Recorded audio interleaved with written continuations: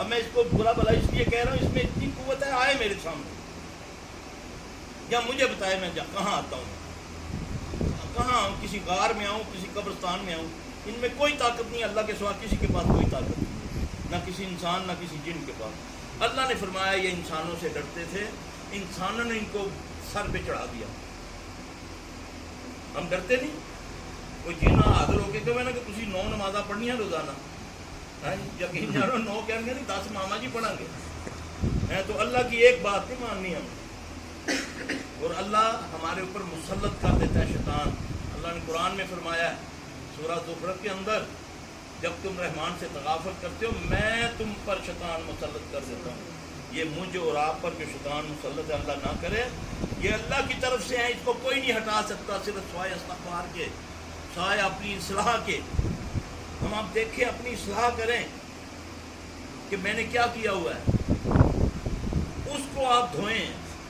اس لیے فرمایا نا قرآن میں، ایک بزرگ تھے نا، ان کے پاس ایک بندہ آیا، کہنے لگا شیخ میرے تو کاروبار تباہ ہو گیا، برباد ہو گیا، کچھ نہیں بچا۔ انہوں نے فرمایا جاؤ جا کر استغفار پڑھو۔ وہ چلا گیا۔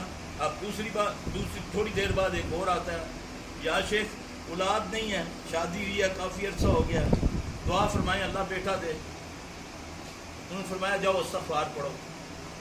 تیسرا ہے، یا شیخ قید سالی ہے، بارش نہیں ہو رہی کافی عرصہ سے، تو فرمانے لگے جاؤ جا کر استغفار پڑھو۔ وہ میرے وغیرہ کوئی بیٹھا ایسی جنہوں آتا جانا کچھ بھی نہیں، وہ کہنا مولوی صاحب کچھ اور بھی آندا جے، وہ منڈا منگن آیا تو انہوں تسی لا دیتا استغفار تے، ہاں جی، وہ بارش منگن آیا انہوں بھی استغفار تے لا دیتا، وہ بیڑا اس دا گرب ہویا ایسی کہ میرا کاروبار تباہ ہو گیا تو انہوں بھی استغفار تے لا دیتا۔ انہوں نے سورہ نوح کھولی، 10 نمبر آیت سے پڑھنا شروع کر دیا۔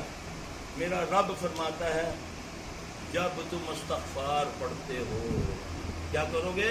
استغفار۔ جب استغفار پڑھو گے تو میں رب تمہاری بیٹوں سے مدد کروں گا۔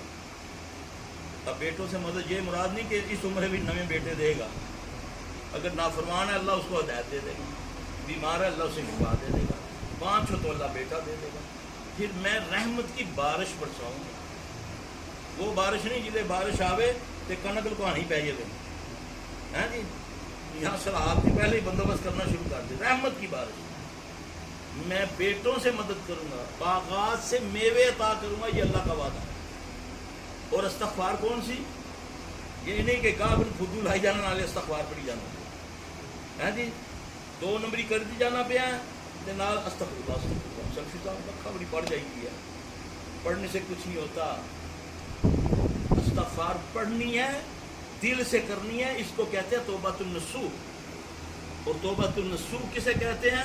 پھر بعد میں اس کے بارے میں سوچا بھی نہ جائے، پھر اس پر گارنٹی ہے قرآن میں سورہ فرقان کے اندر، میرا رب کہتا ہے جس نے توبہ کی، یعنی کہ توبہ النصوح، وہ 80 سالہ زانی ہے، 100 سالہ چور ڈاکو ہے، قاتل ہے، سود خور ہے، ماں باپ کا نافرمان ہے، پھر گندگی کرنے والا ہے، سچے دل سے توبہ کرے، میں رب توبہ کر کے پھر کیا کرے؟ مجھ پر ایمان لائے اور عمل صالح کرے، پھر بعد میں اچھے کام شروع کرے، میں رب اس کے گناہ معاف نہیں کروں گا، نیکیوں میں بدل دوں گا۔